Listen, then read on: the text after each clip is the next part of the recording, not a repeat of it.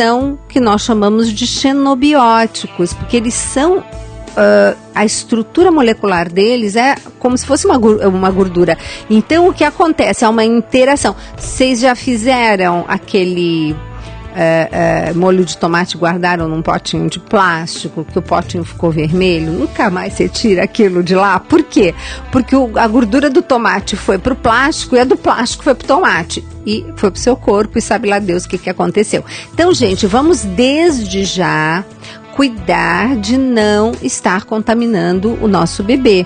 Então, tão mais simples, né, Fabiana, fazer essa retirada, essa ordenha, como a gente fala, manualmente. Dói?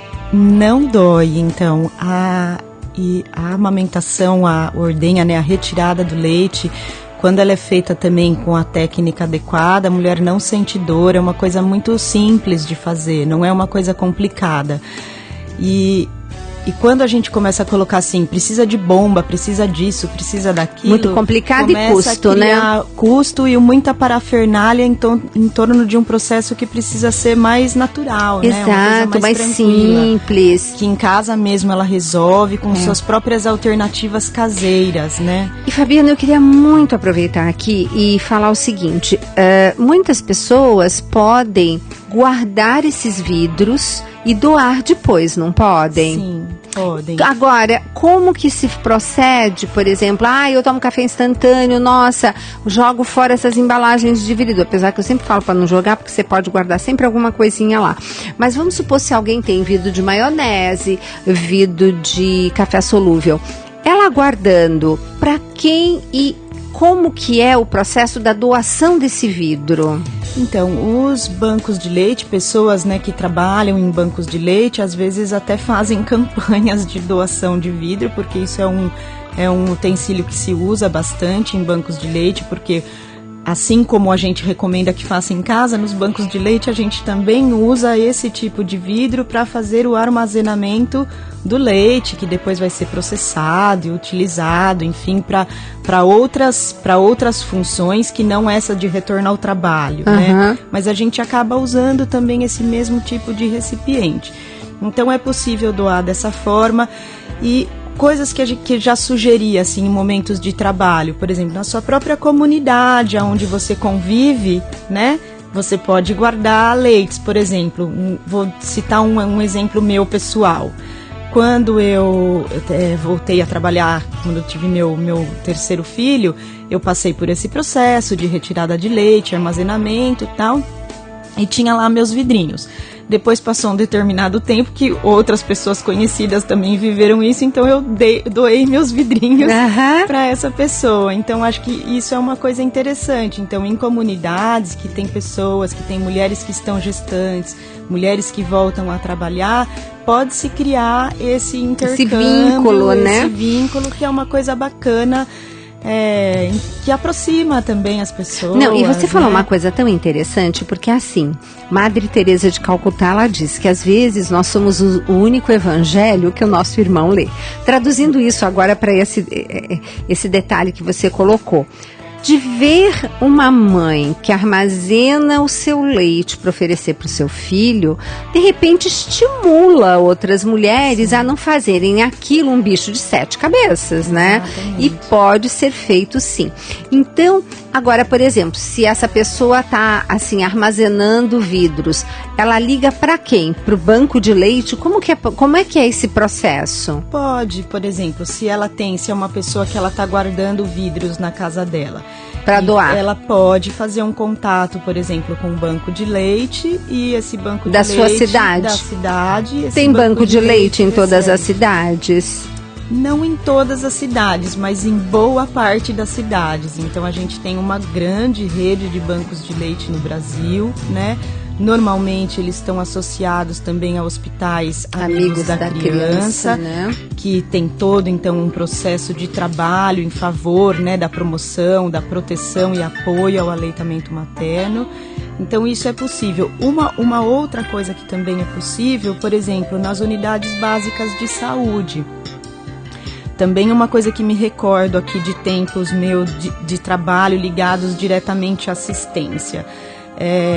quando eu trabalhava em ambulatório de amamentação, eu fazia essas campanhas de coleta de vidros, porque daí quando eu fazia uma consulta, por exemplo, de retorno ao trabalho, eu também doava, cedia para a mulher esses vidros como forma de facilitar também ali o processo dela. Então eu acho que é uma rede de apoio mesmo na sociedade, na comunidade que vai se formando e que facilita, que não dificulta esse processo. Né? E, gente, hoje via internet a gente consegue os contatos, né? Provavelmente até, isso é uma coisa que eu até deveria ter feito antes, de pegar uma busca mesmo no Google e perguntar assim, quero doar vasilhames de vidro para armazenamento de leite materno.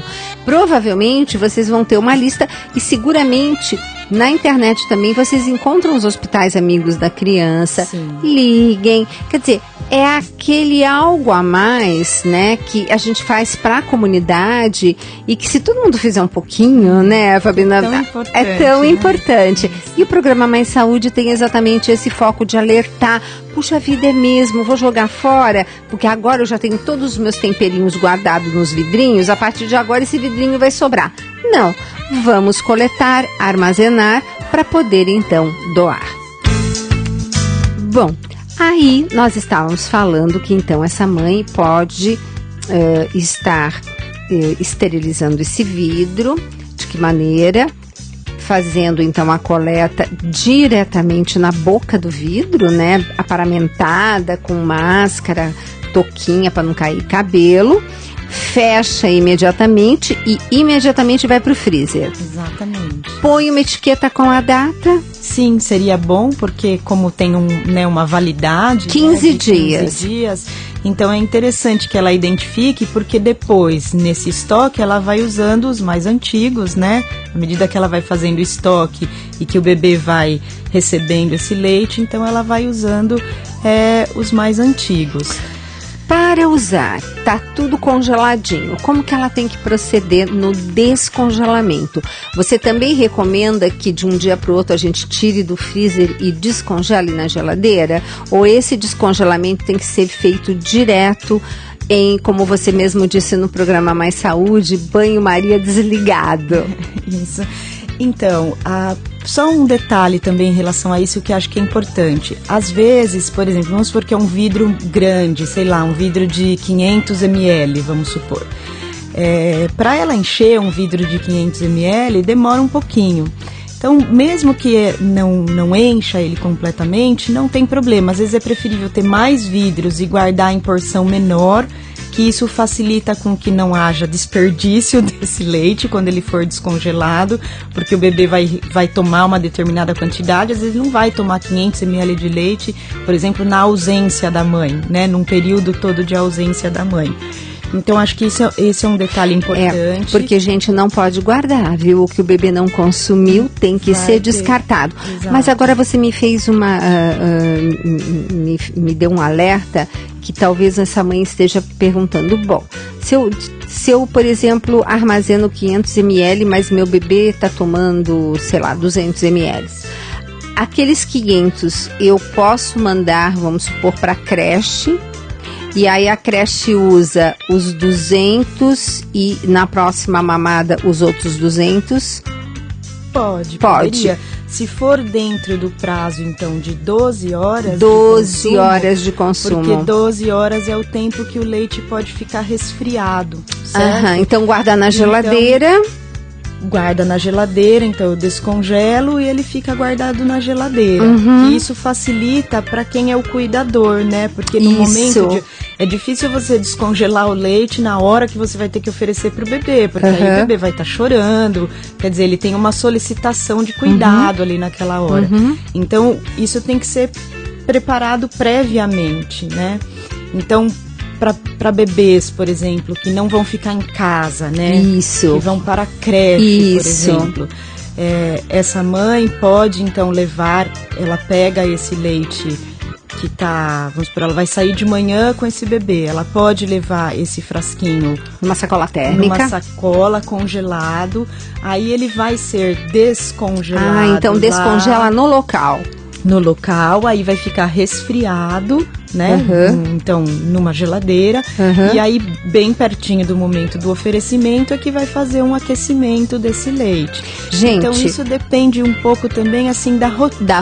Né? São coisas que isso. Tem que ser... Então, olha, uma dica também é a seguinte, aproveitem essa semana todas as dúvidas, mandem para nós, que também, caso nós não consigamos contemplar todas as questões, nós voltaremos a fazer um programa só com as dúvidas, né, Fabiana? Isso que é uma coisa interessante e que pode ser feito inclusive por telefone. A gente liga para você, você não precisa se deslocar até aqui, para a gente poder estar esclarecendo. Agora, o descongelamento, no caso, nessa creche, vamos supor que ela foi para a creche e tem lá o leite para 2 mamadas, né? Então, o descongelamento, como que ele tem que ser feito nesse que você chamou banho-maria desligado? Então, a gente recomenda, por que banho-maria desligado? Porque ela vai aquecer a água, mas quando colocar o leite, né, o frasco com o leite imergido, né, dentro dessa água, aí o fogo tem que estar desligado. Água né? quente, mas então, não fervendo. Não fervendo. Então eu costumo falar assim para as mulheres, quando você vai colocar uma quantidade de água numa panela, quando a gente começa a enxergar aquelas bolinhas no fundo, que parece que vai ferver, né? Gente, aquela que eu falo do chá, que quando começa a subir as primeiras bolhas, já é a temperatura correta para você desligar do fogo e colocar em cima da plantinha e abafar. Sim. É a mesma temperatura. Exato, aí desliga e ali ela vai colocar o frasco e ela pode ir mexendo o frasco, não agitando, né? Balançando assim, que isso também facilita a homogeneização, né? Porque como você falou, o leite tem 3 fases. Então, nesse momento, ela vai fazer essa mexida, né, no leite, essa viradinha, assim, como um movimento circular, né? E isso também vai facilitar com que o leite se homogeneize novamente, que essas 3 partes se reúnam, né? Para o oferecimento para o bebê. Tá certo. E aí, então, nós descongelamos, nós então vamos resfriar aquela parte que o bebê não vai consumir, mas como oferecer este leite que a gente recomenda que não seja na mamadeira. Aí agora vai todo mundo pirar. Agora vai todo mundo falar, mas como assim? Como que eu não vou usar mamadeira para o meu neném? Como é que ele vai tomar? Eu sempre falo, gente, é oferecer num copinho, preferencialmente de vidro. Aí é que o pessoal vai ficar mais confuso ainda, mas a gente vai explicar bem bonitinho, lembrando que no programa Mais Saúde, justamente da TV, a doutora Fabiana trouxe aquele bebezinho, que a Dalete também trouxe, que é a coisa mais fofa, que é o neném protótipo de um bebê, que tem todas as características de um neném que vai amamentar. E ela trouxe as 2 mamas, né? Muito interessante. Então, a mama que estava sendo oferecida, o leite habitual, e aí ela pegou um copinho e mostrou como que a gente tem que oferecer para esse neném. Então, você podia dar uma recordada aqui, Fabiana, daquele detalhe de onde que encosta o mamilo, né? No neném, reflexo, que vai pegar a mama. E como é que ele vai pegar o copinho? Isso, então, o bebê, ele tem o que a gente chama de reflexo de busca, né? E apreensão depois, né? Então, esse reflexo de busca, dependendo do local que você toca, né, a boca desse bebê, vai facilitar com que ele abra a boca para... ou que encaixe a mama, no caso, isso, quando você vai amamentar diretamente, ou no caso, se ele está sendo, então, alimentado por o copinho, isso também facilita a abertura de boca e a descida da linguinha, né, para que ele consiga também retirar esse leite. Então, a gente costuma dizer assim, né, para quando for amamentar, entre o nariz e a boca, né, no buço, né? Isso, do bigodinho. Nessa região é uma ótima região para tocar, né, a pele, né, do bebê com o mamilo, porque isso facilita então esse reflexo de busca. Além do que tem muito do odor, né, que a criança, ela também sente o cheiro da mãe, que isso é super bacana, que você falou justamente no programa do dia 1º, que teve... Não, gente, não percam, esse programa foi muito bom. Se você, caso não tenha ouvido, vá na internet, vá no YouTube, busque e divulgue, porque são informações importantíssimas, principalmente para aquela mãe de primeira viagem. E se não for a mãe de primeira viagem, tem muita gente que padece tanto no momento de amamentação, lembrando que pode ser um momento tão bacana, né, Fabiana? Exato, Então, esse toque, né, tocar nessas regiões apropriadas, isso facilita, então, o processo de amamentação, torna ele mais simples e mais fácil. E para o oferecimento do copinho, qual que é a dica, né, assim, que a gente pode colocar aqui para o ouvinte? Em relação ao copo, a quantidade de leite que se coloca dentro do copo, o ideal é que você deixe nem muito cheio, nem muito vazio, mais ou menos na metade. Um copinho, pode ser aquele copinho pequenininho de vidro? Pode ser. Ele tem o quê? 50 ml? Mais ou menos em torno disso. Ou, por exemplo, uma xícara de café, vamos pensar. Tá, uma xícarinha que tem 50 ml, né? Então, quando o cuidador, quando ele vai colocar o leite, o ideal seria que ele colocasse na metade, né? Porque se eu coloco na metade, a hora que eu viro esse recipiente, meu Deus, vai ser o leite chega na borda. É o seguinte, nós vamos agora rapidinho para o intervalo, mas no próximo bloco nós vamos explicar um pouquinho melhor, tecnicamente falando, para você tentar visualizar aqui pela rádio, como que é esse copinho que oferece. Porque o neném não bebe que nem a gente, ele não tem a musculatura, né, da sucção como nós. Mas já a gente volta e vamos explicar. Fica aí que já nós estamos de volta aqui no programa Mais Saúde. Estamos apresentando Mais Saúde. Confira agora PHN com Dunga, um convite à santidade para jovens e adultos. Quando nós amamos alguém, nós vamos nos apaixonando por essa pessoa, justamente porque nós vamos tendo para com ela duas coisas. Primeiro, nós vamos conhecendo melhor essa pessoa. Quanto mais você conhece, mais você ama.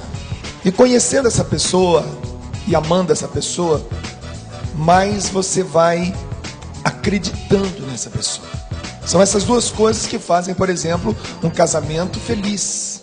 Quanto mais o esposo conhece a esposa, quanto mais a esposa conhece o esposo, mais ambos se apaixonam. Porque quanto mais se conhece, mais também se conhece os limites dessa pessoa. Você conferiu PHN com Dunga. A Canção Nova em São Paulo está mais perto de você com a Rádio América. Aqui você encontra oração. Ave Maria, cheia de graça, o Senhor é convosco. Formação. É preciso ter obediência e docilidade a Deus, permitir que Ele nos conduza. Atualidade. Porque evangeliza-se também falando de saúde. Que bom saber que somos companhia no seu dia a dia. Acesse america.cançãonova.com. A comunidade Canção Nova convida você para celebrar o mês vocacional. Todas as quartas-feiras, missa às 8 da noite, meditando sobre o chamado de Deus. Há um chamado. Na Catedral Maronita Nossa Senhora do Líbano, Rua Tamandaré, 355, bairro Liberdade, próxima estação São Joaquim do Metrô. Presenças de Padre Emerson Pedroso, da Diocese de Osasco, Padre Adriano Zandoná e Padre Paulinho, da Comunidade Canção Nova. Informações 3382-9800 ou sãopaulo.cançãonova.com. Participe! O Senhor tem um chamado para você. Eu sou a Cristina, sou de Osasco, na rádio eu ligo e apresento minhas orações. Tudo que eu escuto me preenche com o Espírito Santo. Rádio América, 8 anos com a Canção Nova. Monsenhor Jonas Abib, filho de Dona Josefa, que desde sempre o consagrou a Deus. E diante daquela situação, o que ela fez? Ela me consagrou a Deus pelas mãos de São João Bosco. E disse mesmo a Deus: olha, meu Deus, eu entrego esse menino. E chamou menino, inclusive. Ela não sabia o que eu era. Mas ela, quando me contou, ela disse que ela chamou de menino. Monsenhor Jonas Abib, 50 anos, feito tudo para todos. De segunda a sexta, 11 da manhã. 11 da manhã. Momento de fé e oração. O amor vencerá. O amor vencerá. Sintonize. América. 12h32. A Canção Nova quer ficar mais próxima de quem mora em São Paulo e região, para que muitos recebam o abraço de Deus. Trazemos o Evangelho às pessoas que buscam na fé, o conforto, a renovação e a alegria para o dia a dia. Eu me chamo Lúcia, eu tenho vivido a força de Deus que vem desse momento de adoração todas as quintas-feiras. Projeto Canção Nova abraça São Paulo. Conheça e faça parte. Rádio América. Estamos apresentando Mais Saúde.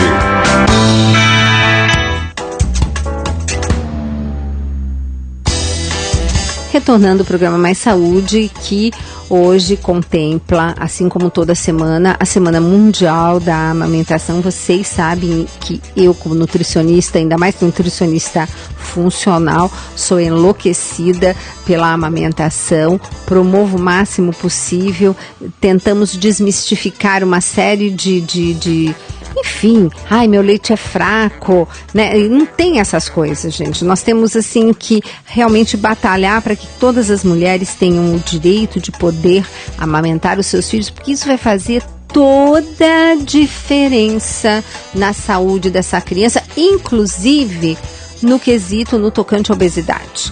Então, nós temos artigos científicos mostrando que crianças amamentadas, elas têm muito menos risco de obesidade, muito menos risco de uma série de problemas, porque através do leite materno você está oferecendo não só imunoglobulinas, anticorpos, você está oferecendo, assim, boas bactérias que vão colonizar esse intestino. E hoje nós sabemos que o intestino é o nosso segundo cérebro, enfim.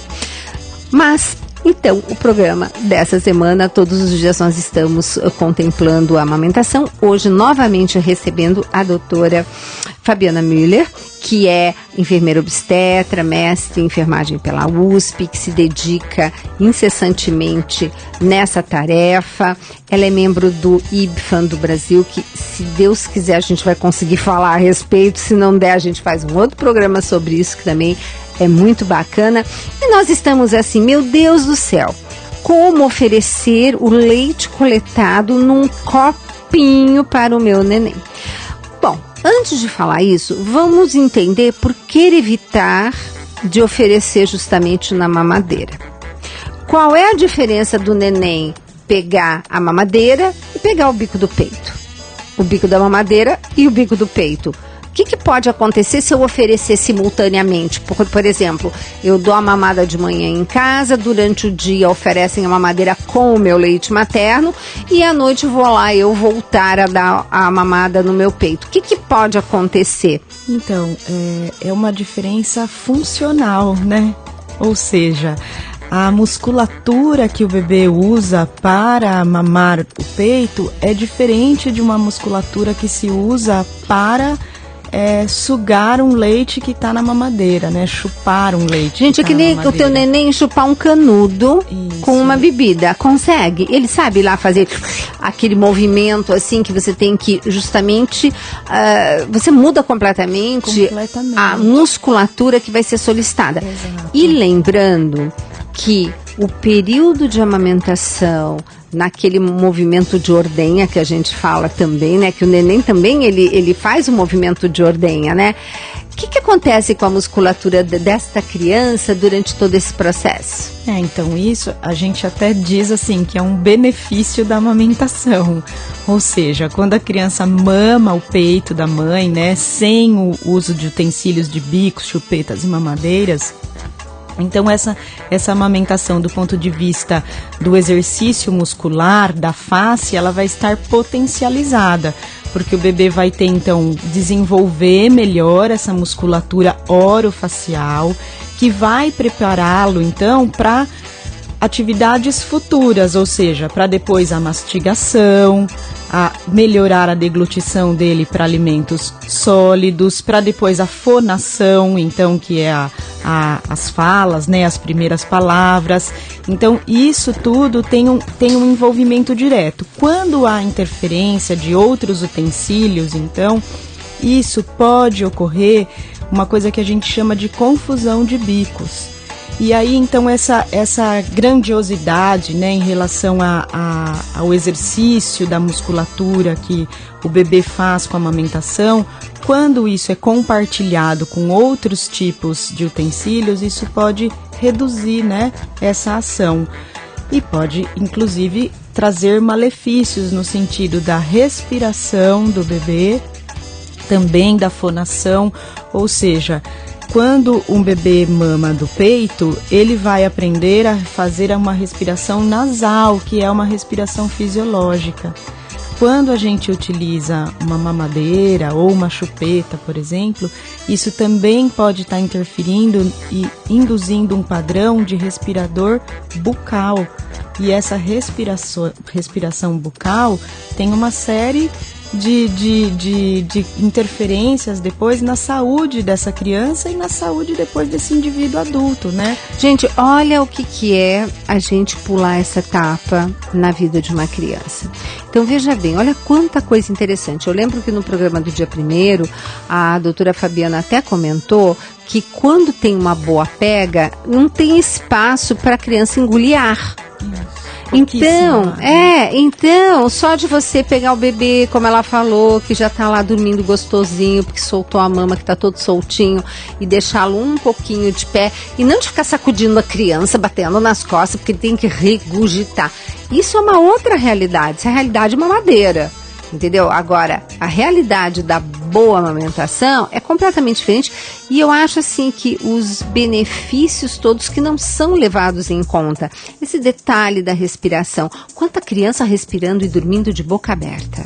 Sim, e isso é uma coisa assim, agora, para que é interessante, acho que ressaltar nisso, é que assim, até para quem está ouvindo a gente, de repente não se sinta culpado, né, em relação ao uso desses utensílios, para que tudo isso aconteça, a mulher, ela precisa de apoio. E, né, de orientação. De apoio, e o que eu penso sobre o apoio é que não é assim só o apoio de alguém ir lá e ver esse bebê mamando, mas é um apoio da sociedade mesmo para que isso ocorra. Da família. Então, falando um pouquinho, olhando um pouquinho aí para a questão da IBFAM, né? O nosso trabalho específico é da proteção legal. Quando a gente fala proteção legal, a gente tem um olhar assim para que as empresas de alimentos infantis ou para que as empresas de bicos, chupetas e mamadeiras cumpram uma legislação que existe no nosso país e que vem no sentido de defender a amamentação, de proteger esse direito da mulher. Então, e que às vezes, né, em algumas formas, como se colocam propagandas ou a mídia, né, em relação aos leites artificiais ou a bicos, chupetas e mamadeiras, isso interfere de maneira negativa. Exato. Na cultura da amamentação. Com certeza. Por isso que eu falo, o programa Mais Saúde, ele tem esse foco, né? Esse foco de esclarecer. Gente, mais do que eu falo sobre a interferência da mídia em outros setores, e nós estamos falando aqui que parece que se não der uma chupeta, os meus nenéns em consultório, as mães que eu acompanho, não dão chupeta para a criança nem sabe o que é uma chupeta. Então, gente, tem todo um contexto. Para que enfiar uma chupeta na boca da criança? É a sociedade que instituiu isso. Ela não precisa disso. Isso vai atrapalhar tanta coisa nela. E nós estávamos falando, isso é uma coisa que a gente precisa até fazer um programa sobre isso, viu, Fabiana, para a gente alertar a população, porque no meu outro livro, que é o Alimente Bem Suas Emoções, eu faço uma denúncia dos corantes, conservantes, aditivos alimentares proibidos no exterior e ainda permitidos no Brasil, que dão déficit de atenção, irritabilidade e prejudicam o quê? O desenvolvimento dessa criança. Então, eu brinco e digo assim, enquanto a gente não sabe, Deus perdoa. Agora que a gente está sabendo, vamos em busca de. Então, esse programa ele tem esse intuito de estar levando esse tipo de conhecimento e depois vocês vão em busca, aí cada um também precisa andar com as suas próprias pernas e sair em busca e exigir, né, que muita coisa, que a lei seja cumprida, né, porque a sociedade tem que se mobilizar. Agora, nós estamos lá no copinho, que a mulher deve estar tontinha, sempre, meu Deus do céu, como assim? Então, se a criança não faz aquele movimento de sucção, quando a gente mostra um neném, quando ele faz a busca pelo bico da mãe, né, pela mama, ele abocanha com a linguinha para fora. Exato. Então, assim, ó, o movimento que o bebê faz é um movimento de abertura da boca. Até se a gente tentar fazer isso agora, abre a boca, a gente vai perceber que a língua sai. Desce. A língua sai. Então, a ideia é essa, né? Então, ou seja, se para colocar no peito eu vou tocar entre, né, o nariz e a boca, quando eu vou fazer tô oferecendo um leite para um bebê no copo, eu posso tocar então o lábio inferior desse bebê, que ele vai ter então essa tendência também, né, a abrir a boca.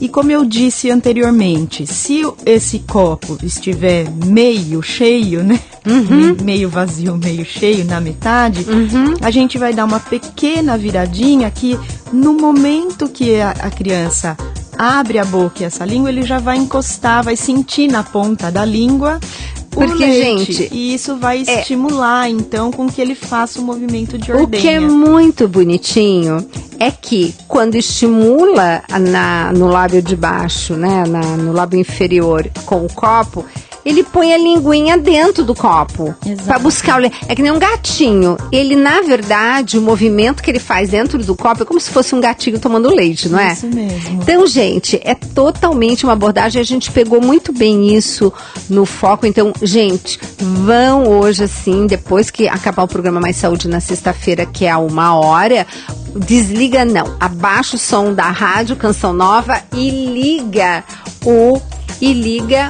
a TV Canção Nova, aonde vai estar o programa Mais Saúde com todo esse, com toda essa visão, com o equipamento, com o neném que você usa, que é um boneco, com aquela linguinha de fora, a gente mostrou bem, a câmera pegou bem direitinho, acho que vai facilitar muito o entendimento.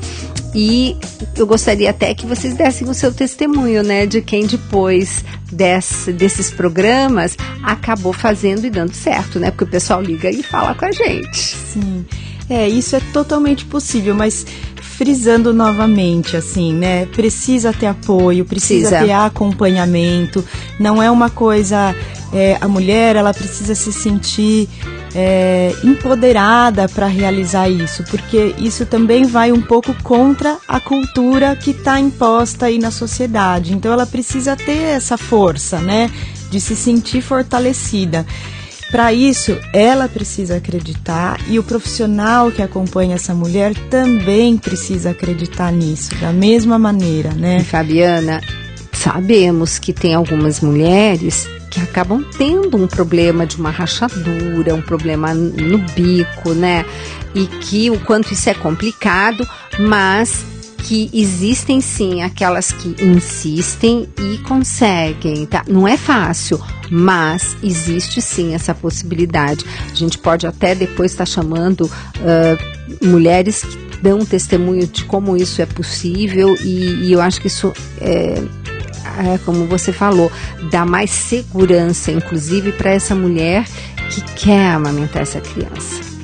Exatamente, isso é fundamental. Então, assim, podem sim haver, nem tudo são rosas, né, na amamentação. Não. Então, pode sim haver problemas nesse início de amamentação. Porque fazem muito também, tem muito um contexto, amamentação. Mas, gente, tem seus momentos, né? Então, Sim, tem que claro. preparar a mama, como a gente falou no programa passado, e uma série de detalhes, e podem ocorrer situações em que realmente essa mama, uma delas pode ser que tenha algum problema, mas que existe sim todo um contexto que você, seu médico orientando, a parte da pessoa que também está dando apoio, essa enfermeira obstetra que provavelmente você encontra nos hospitais amigos da criança. Sim, hospitais, né? amigos da criança, bancos de leite, Isso. unidades básicas de saúde. Isso. Em todas as instituições que trabalham, né, que diretamente com bebês, mães, crianças, né, normalmente essas instituições estão capacitadas para atender questões que envolvem a amamentação. Fabiana, e uma mulher que adota um bebê? Ela tem condição de amamentar esse bebê? Sim, também. Gente, isso é uma condição. coisa tão extraordinária que eu gostaria que você partilhasse isso aí um pouquinho com a gente. Então, a lactação adotiva, né, a amamentação adotiva, ela é possível. Claro que vai depender um pouquinho também, assim, da idade dessa criança que vem para essa mãe, né? Então, depende do hábito alimentar que essa criança tem. Vamos supor um bebê que acabou de nascer e foi adotado. Se for um bebê bem novinho, né, que ele está iniciando ali o processo alimentar dele, isso é totalmente possível. Claro que, assim, também, essa mãe tem que ser preparada, ela tem que, assim, acreditar nisso. Tudo isso também coloca o nosso corpo a favor, né? Quer dizer, a nossa cabeça acaba regendo também um pouco ali as funções do nosso corpo. Então, digamos que a gente esteja numa situação ideal, que essa mulher tem esse desejo, que esse é um bebê pequenininho, que está aprendendo ali o seu processo de alimentação. E como é que nós podemos, então, realizar essa prática? A gente pode fazer isso por meio de um tubinho, uma sondinha, que a gente chama que é um tubo suplementador. Então, bem próximo ao bico do peito, a gente gruda uma sondinha bem fininha, bem pequenininha, bem macia. E na outra extremidade dessa sonda vai ter um copinho, um recipiente com leite. Materno. Se for materno que você consegue no banco de leite, por favor. Então, se for possível esse leite ser materno, legal. Se doado, às vezes, porque tem essa doação de leite, gente, que é espetacular também, né? Às vezes tem algumas, vamos supor que se a gente estiver numa situação que a gente não tenha o leite materno, é possível, aí a gente lança a mão de uma fórmula própria para aquela idade do bebê naquele momento. Totalmente hidrolisada, para que não existem algumas fórmulas totalmente hidrolisadas, onde a proteína ela já está toda quebradinha e não vai ser alergênica, mas é um leite caríssimo. Então, gente, é uma situação transitória, mas que, como você vai se organizar para isso, você já pode se organizar também de ver no banco de leite para você conseguir esse leite para o seu futuro bebê. Mas aí põe a sonda. E aí põe a sonda, então o bebê, no momento que ele vai sugar, porque o que acontece? Se a criança sugar de um peito que não tem leite, ele vai, assim, se desinteressar também, com certeza, né? Então, o que acontece? Então, a colocação, então, dessa sondinha é para que a hora que a criança, então, comece a fazer o movimento de sucção, ele também receba, em troca, o leite que está saindo ali por aquela sondinha. Automaticamente, então, ele fazendo esse movimento de sucção, ele vai estar estimulando os hormônios, né, no corpo dessa mulher, ou seja, a prolactina, que é o hormônio que produz o leite, que ele é estimulado por meio da sucção do bebê. E depois também a ocitocina, que ele também tem a ver com a sucção do bebê, mas que também envolve todo o contexto da mulher, a preparação dela. Claro, o seu desejo, não ser estressada e N coisas. Essas coisas todas, facilitando. Então, só para finalizar, completando, então, à medida que essa mama começa a produzir leite, então esse leite que vem por meio desse recipiente, por essa sondinha, você vai reduzindo essa quantidade até que essa amamentação está estabelecida. Mas isso precisa ser acompanhado. Sim, não, né? Isso mais do que nunca. Bom, gente, o programa está chegando ao fim, mas eu não queria deixar de estar abordando também esse assunto para ver como é maravilhoso assim, todo esse mistério, eu até chamo de mistério, né? Esse mistério da amamentação que faz com que uma mulher que adote um bebê, desde que pequenininho, dentro das condições que a doutora Fabiana falou, ela também possa amamentar.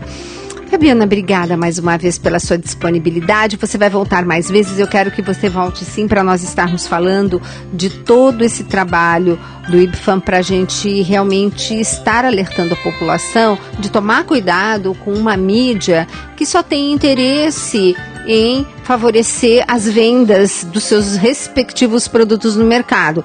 E graças a Deus a Canção Nova e o programa Mais Saúde, como não depende de nenhum patrocinador, se permite até um compromisso que é como Jesus fala, com a verdade. Gente, um beijo grande a todos, obrigada Fabiana e até o próximo Mais Saúde.